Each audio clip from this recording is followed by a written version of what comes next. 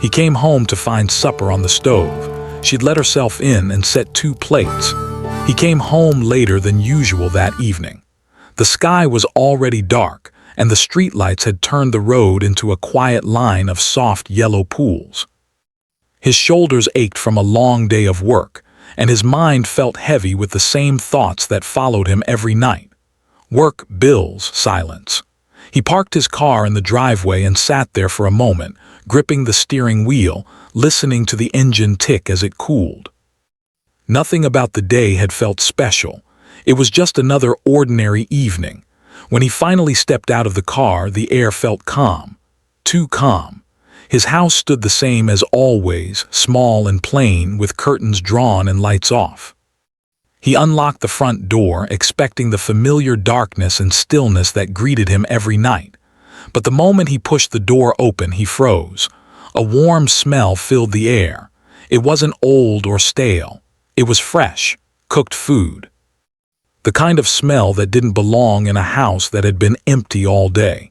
He stood there, 1 foot inside, 1 foot outside, his heart beating faster than it should have.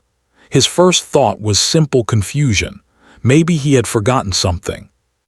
Maybe the smell was coming from outside. But as he stepped fully into the house and closed the door behind him, the truth became impossible to ignore.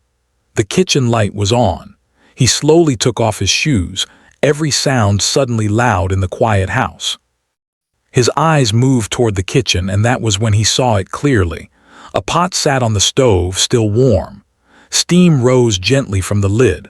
On the small dining table nearby, 2 plates were set neatly. 2 glasses, 2 forks. Everything placed with care, as if someone had taken their time. His chest tightened. He lived alone. He had lived alone for a long time now. No one was supposed to be here. He didn't move right away.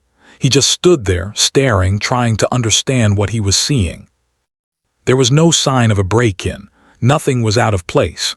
In fact, the house felt lived in, warm, almost peaceful. It was a feeling he hadn't felt inside these walls for a long time. He walked slowly toward the kitchen, his steps careful, his senses alert. The pot on the stove held a simple meal, something he recognized instantly, something she used to cook often. His throat went dry. He reached out and touched the side of the pot, still warm. Whoever had cooked this hadn't left long ago. 100 thoughts rushed through his mind. Should he call out? Should he check the rooms? His heart told him he already knew who it was, but his mind resisted the idea. It didn't make sense. Not after all this time. He leaned against the counter and let out a long breath. Memories he thought he had buried began to rise without warning. Evenings like this. Coming home tired. Sitting at the table while someone moved around the kitchen, talking about small things, complaining about the day, laughing at nothing important. Those memories had faded into silence months ago, replaced by quiet meals eaten alone and plates washed in an empty sink. He had learned to live with that quiet, or at least he thought he had. He noticed small details now. The trash had been taken out. The counter wiped clean. A familiar cup sat near the sink, placed in the exact way it used to be. These were not the actions of a stranger. They were the habits of someone who knew this house, who knew him. His hand brushed the edge of the table and he pulled it back quickly, as if the warmth there might burn him. 2 plates. She had expected him. She had planned this. He finally called out, his voice low and unsure. He said her name. There was no immediate answer. For a brief moment, doubt crept in again. Maybe she had left already. Maybe this was some strange mistake. But just as he straightened up, he heard a soft sound from the hallway. A quiet movement, footsteps. He turned slowly. She stood there just beyond the kitchen doorway. She looked the same in many ways and yet different. Her hair was pulled back simply. Her clothes were plain, comfortable. She wasn't dressed to impress. She looked like someone who belonged there, like someone who had never really left. They stared at each other in silence. No one spoke. Words felt too big for the moment, too heavy. His mind raced with questions, but none of them reached his mouth. He didn't know what to say first. "Why are you here?" felt too sharp. How did you get in? Felt too cold. And I missed you felt too honest. She broke the silence first. I hope it's okay, she said softly. I let myself in. He nodded slowly, though he wasn't sure what he was agreeing to. His eyes moved briefly to the door, then back to her. You still have the key, he said. It wasn't a question. She nodded. I never gave it back. That simple sentence carried more weight than either of them expected. It wasn't just about a key. It was about everything they had left unfinished. She gestured toward the table. I wasn't sure when you'd be home. I tried to keep it warm. He swallowed. You didn't have to do this. I know, she replied, but I wanted to. They stood there again, the space between them filled with things unsaid. The house seemed to listen, holding onto their words, their breaths. He noticed how tired she looked, how careful her expression was. This wasn't an easy visit for her either. I was in the area, she said after a moment. I drove by. The lights were off. I don't know what I thought. He looked down at the floor. You thought you'd come in and cook supper. A faint smile touched her lips, but it didn't last. I thought I'd see if this still felt like home. That word hit him harder than he expected. Home. He had stopped using that word for this place without even realizing it. It had become just a house. 4 walls, a roof. Somewhere to sleep. I didn't mean to surprise you, she added. If you want me to leave, I will. He shook his head quickly, more quickly than he meant to. No, you can stay. I didn't expect this. Neither did I, she admitted. The pot on the stove made a soft sound, reminding them both that time was passing. Real life was still moving forward, even as they stood stuck between the past and the present. He pulled out a chair slowly. You cooked, he said. The least I can do is sit. She nodded, relief flickering across her face. She turned back to the stove, lifting the lid and stirring gently, as if she had done it 1,000 times before. The movement felt natural, practiced. It made his chest ache in a quiet way. As he sat down, he realized how long it had been since he had shared a meal with someone. Really shared it. Not just eating beside another person, but being present with them. Listening. Not rushing. She placed the food on the plates and set one in front of him. Their fingers almost touched and both pulled back slightly, aware of the moment. She took the seat across from him, smoothing her hands in her lap. For a few seconds, neither of them ate. It smells good, he said finally. Thank you, she replied. I remembered how you like it. He nodded again, unable to trust his voice. Outside, the night continued as normal. Cars passed in the distance. A dog barked somewhere down the street, but inside the house something had changed. The quiet was no longer empty. It was full of possibility, of tension, of old feelings that had not faded as much as either of them had hoped. As he lifted his fork, he wondered how an ordinary evening had turned into this.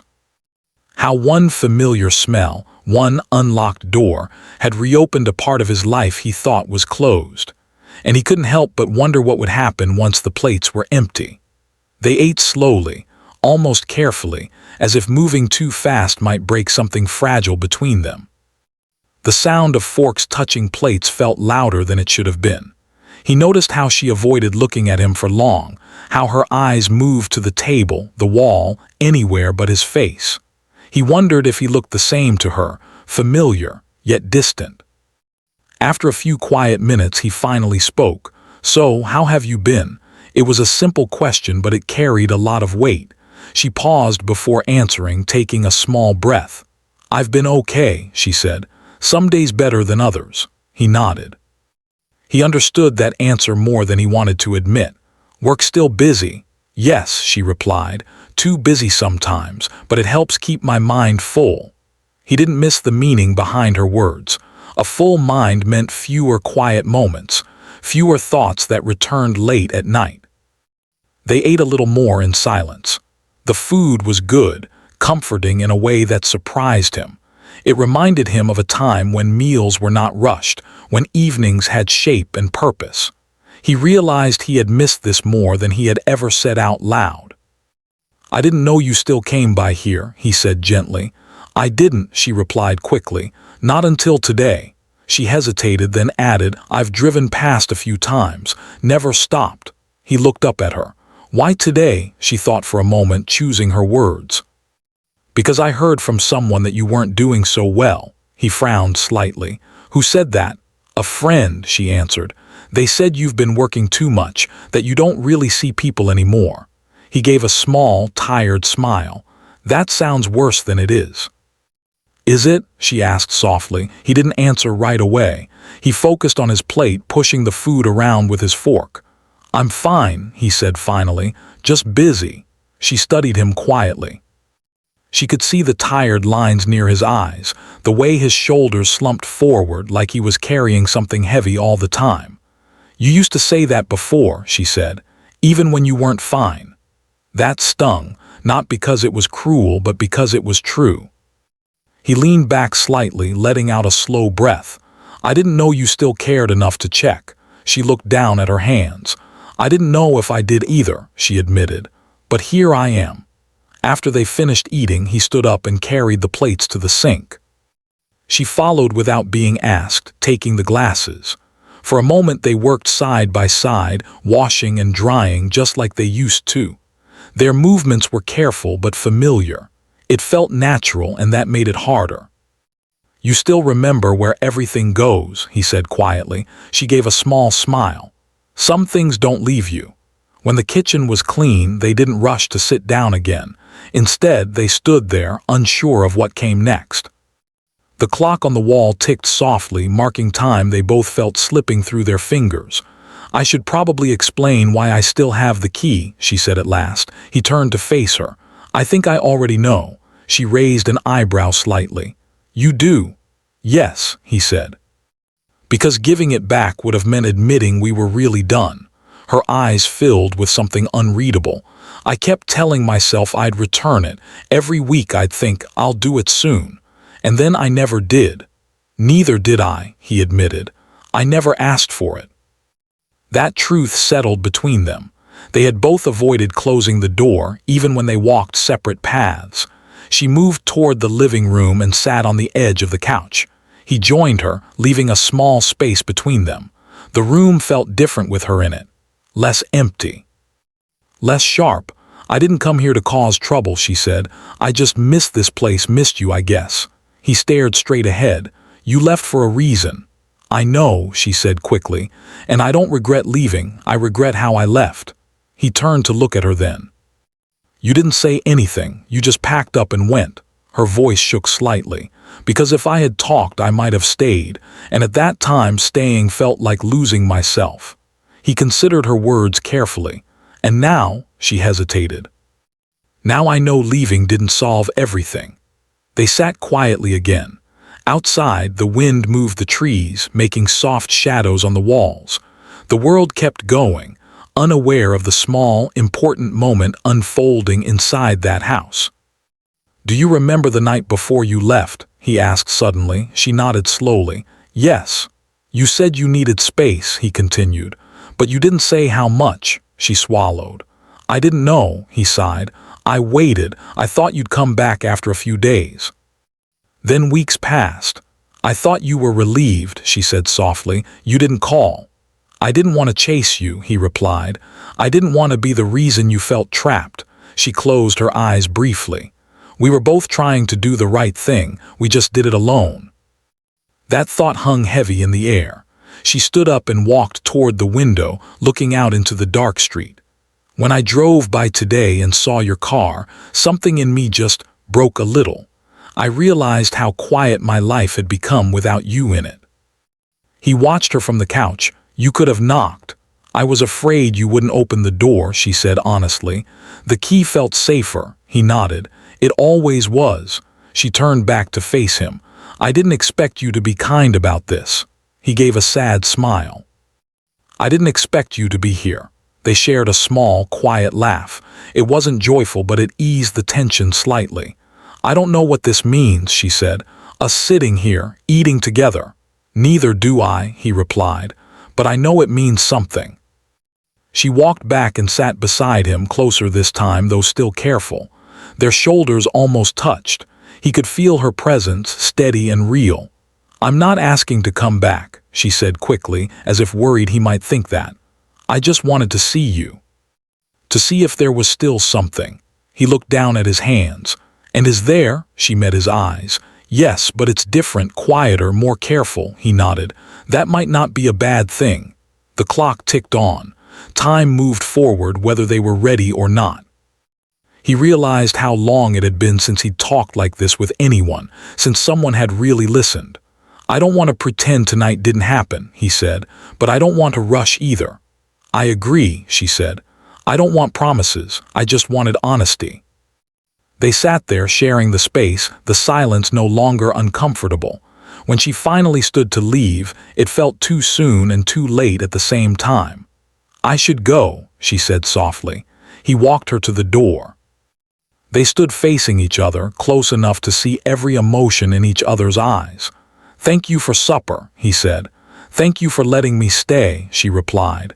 She reached into her pocket and pulled out the key, holding it between them. "I can give this back," she said. He looked at it for a long moment, then shook his head. "Not tonight." She closed her fingers around it again, relief and uncertainty mixing on her face. As she stepped outside and walked toward her car, he stood in the doorway watching her go. The house behind him felt warmer than it had in months. When he finally closed the door, he leaned against it, his heart full of questions, but also something else. A quiet sense that this was not the end of their story, just the next chapter beginning. The house felt different the next morning. He noticed it the moment he woke up. The silence was still there, but it no longer felt empty. It felt like something had passed through and left a mark behind. He lay in bed for a while, staring at the ceiling, replaying the previous night in his mind. The smell of supper, her voice, the way she stood in the doorway holding the key. None of it felt like a dream. It felt too real. He got up slowly and walked into the kitchen.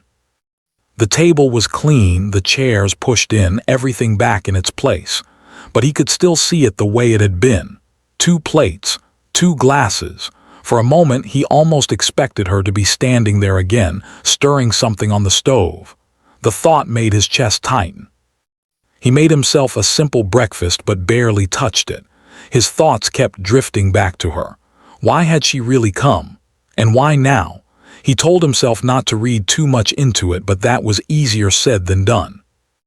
Once a door like that opens, even a little, it is hard to pretend it never did.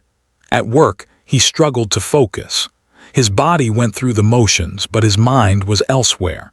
Every small pause reminded him of the space she had filled the night before. He caught himself checking his phone more than usual, even though he didn't know what he was hoping for. A message. A sign, anything. By midday, he finally admitted the truth to himself. He had missed her more than he ever allowed himself to say. He had learned to live without her, but that didn't mean the space she left had ever truly closed. That afternoon, as he was leaving work, his phone buzzed. His heart jumped before he even looked at the screen. It was her. "Hope I didn't make today strange for you," the message read. He stared at the words for a long moment before typing back. It was unexpected, but not strange. There was a pause, then another message came. "I wasn't sure if I should text." "I'm glad you did," he replied, surprising himself with how quickly the words came. They exchanged a few more messages, nothing dramatic, just small talk. How the day was going, how work had been. But beneath the simple words, something deeper moved quietly. A bridge was forming piece by piece. That evening when he came home, the house felt too quiet again. He sat on the couch, turning on the television but not really watching. His phone rested in his hand. Finally, he typed, "Would you like to talk? Not tonight if it's too much."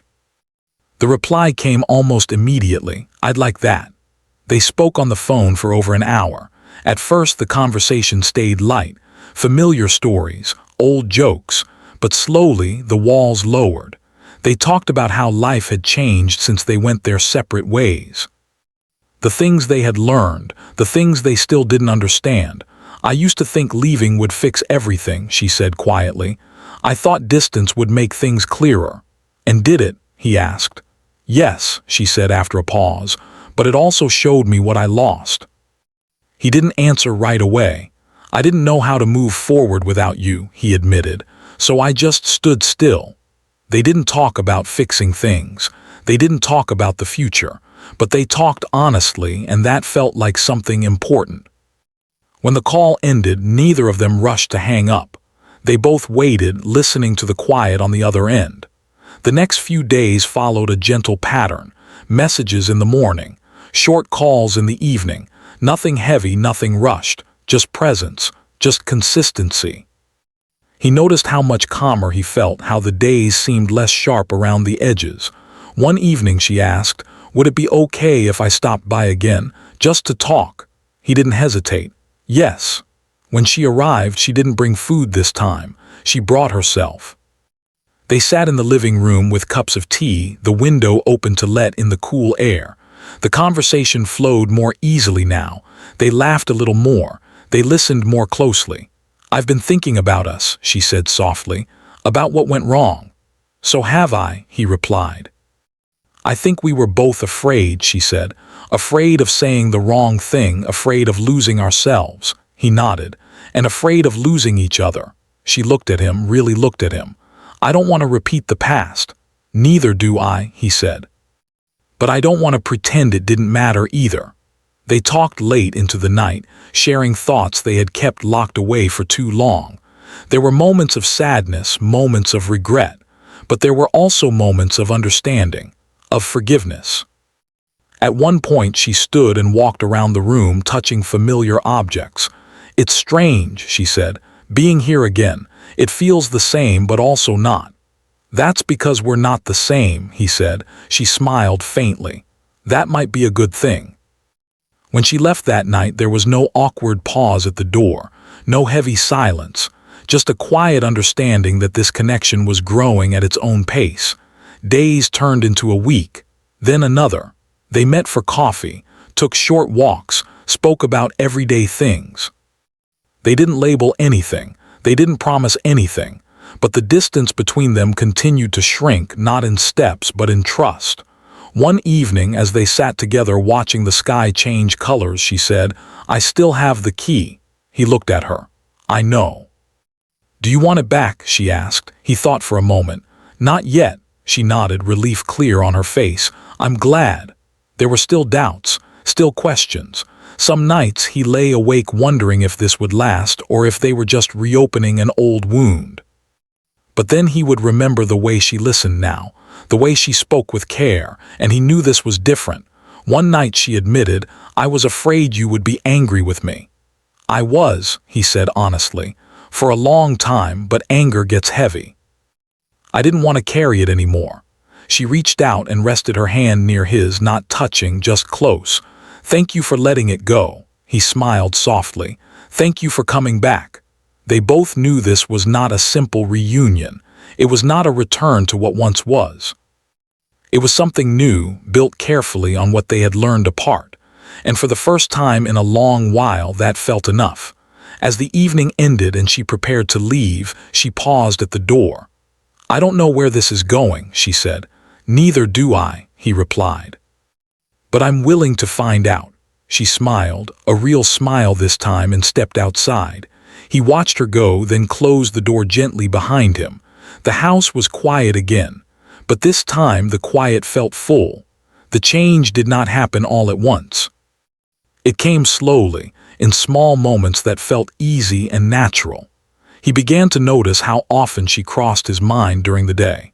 Not in a heavy way, but like a quiet presence that made things feel steadier. When something small happened at work, she was the first person he wanted to tell. When the day felt long, hearing her voice made it feel lighter. They continued seeing each other, but carefully. No rushing, no sudden decisions. Some days they met for coffee, sitting across from each other like old friends learning how to speak again. Other days they simply walked, side by side, letting silence do some of the talking. It felt different from before. There was less pressure, fewer expectations. They were no longer trying to fit into roles they had outgrown. One evening she came over after work. She looked tired, more than usual. He noticed right away. Long day, he asked. She nodded and set her bag down. One of those days where everything feels heavier than it should. He made tea and handed her a cup. They sat at the table, the same table where they had shared supper weeks earlier. She wrapped her hands around the cup, staring into it.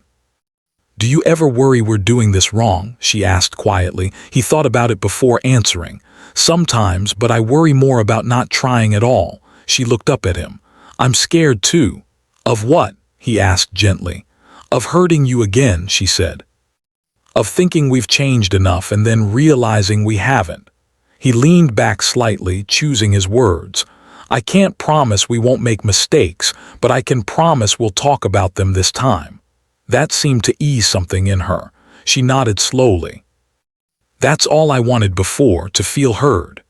They talked late into the night, not just about themselves, but about life in general, what they wanted now, what mattered more than it used to.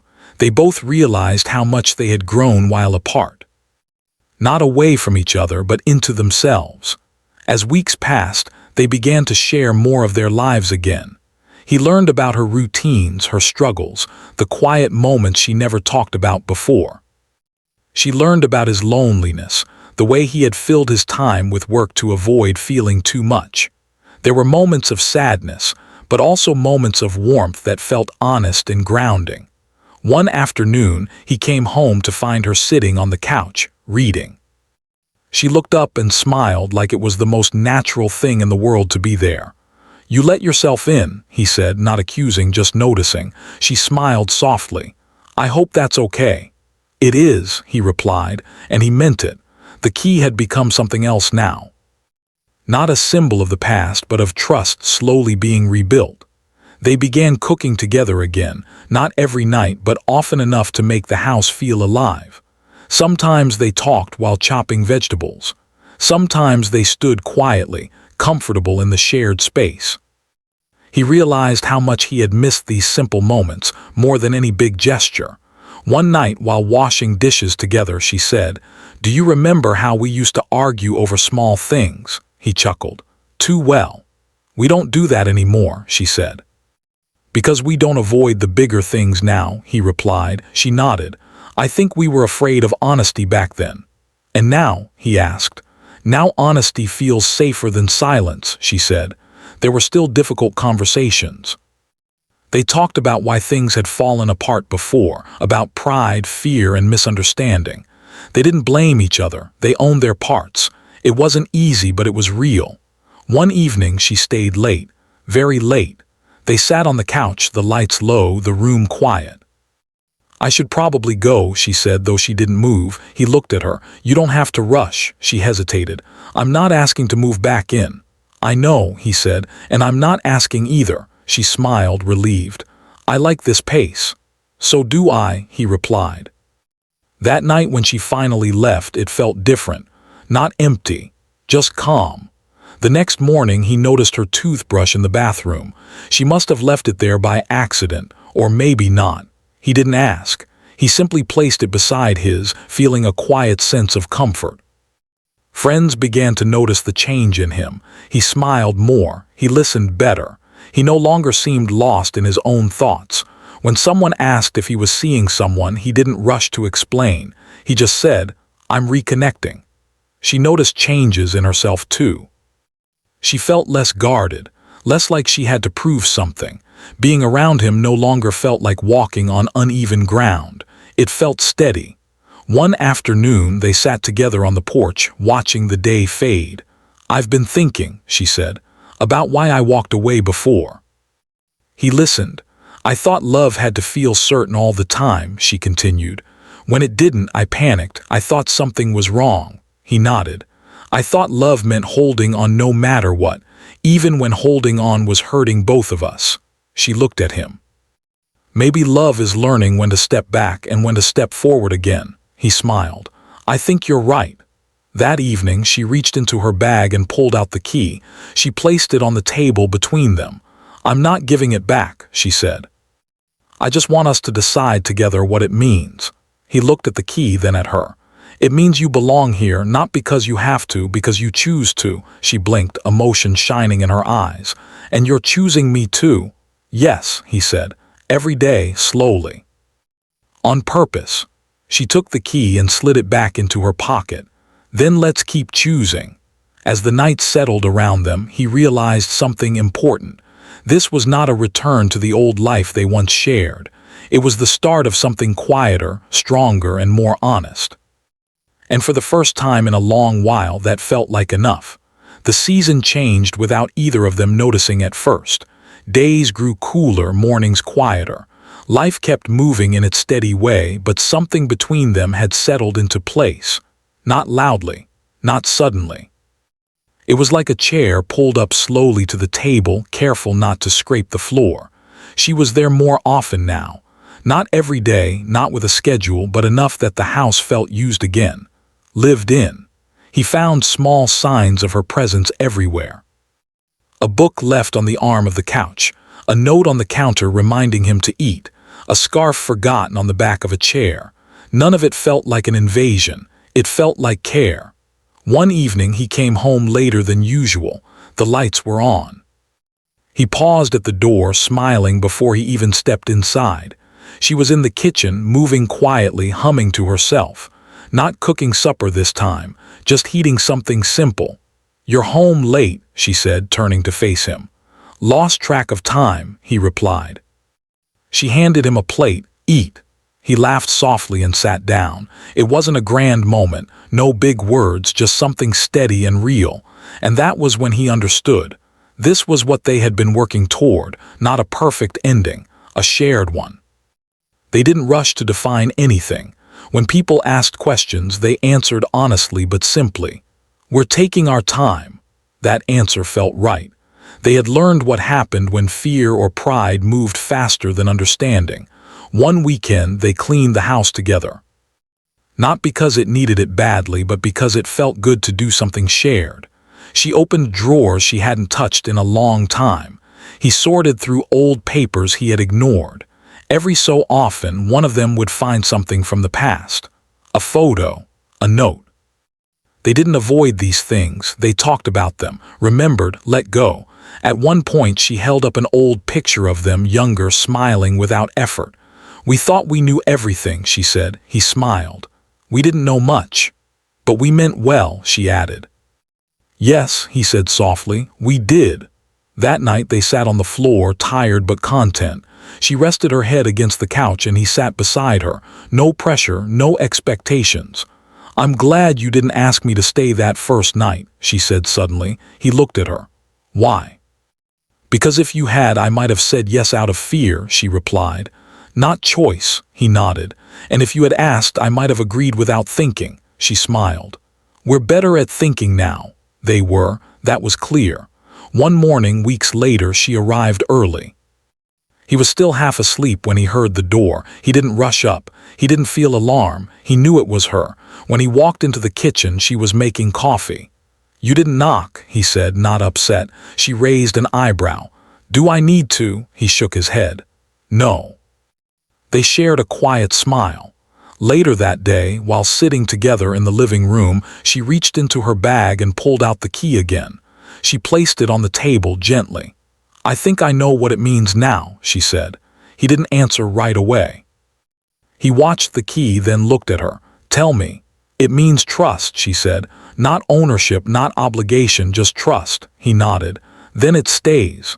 She smiled, relief softening her face. They never made a big announcement. There was no moment where everything suddenly became perfect. Instead, there were small choices made again and again. To speak honestly, to listen, to stay present even when it was uncomfortable. One evening, as they washed dishes together, she asked, "Do you ever think about how close we came to losing this completely?" "Yes," he said, "and I don't want to forget that." "Neither do I," she replied. "It reminds me not to take this for granted." He reached for the towel, drying his hands slowly. "I used to think love meant certainty," he said. "Now I think it means showing up even when you're unsure." She leaned against the counter. "Especially then. There were still quiet days, days when life felt heavy." But they faced them together now, not trying to fix everything, just standing side by side. One night, as she prepared to leave, she paused at the door. "I don't need to stay every night," she said. "I just want to know I can come back." He stepped closer. "You can." She nodded, eyes shining. "That's enough." Months passed. The house changed slowly. A plant appeared near the window. New curtains replaced the old ones. Nothing dramatic, just signs of life moving forward. One evening they sat at the table, eating supper she had cooked. 2 plates, 2 glasses, just like the first night, but everything felt different now. "I didn't plan to come back that evening," she said quietly. "I know," he replied. "I just followed a feeling," she said, "and I'm glad I did." He looked around the room, then back at her. "So am I." After supper, they cleaned up together. When they finished, they stood in the kitchen for a moment, not in silence, but in shared calm. He realized then that the story of that night, the supper on the stove, the 2 plates, was no longer about surprise or confusion. It had become the beginning of something rebuilt with care. Later, as she rested her head on his shoulder, he thought about how far they had come. Not back to where they were, but forward to where they needed to be. The house was quiet, not empty, just peaceful. And for the first time in a long time, that quiet felt like home.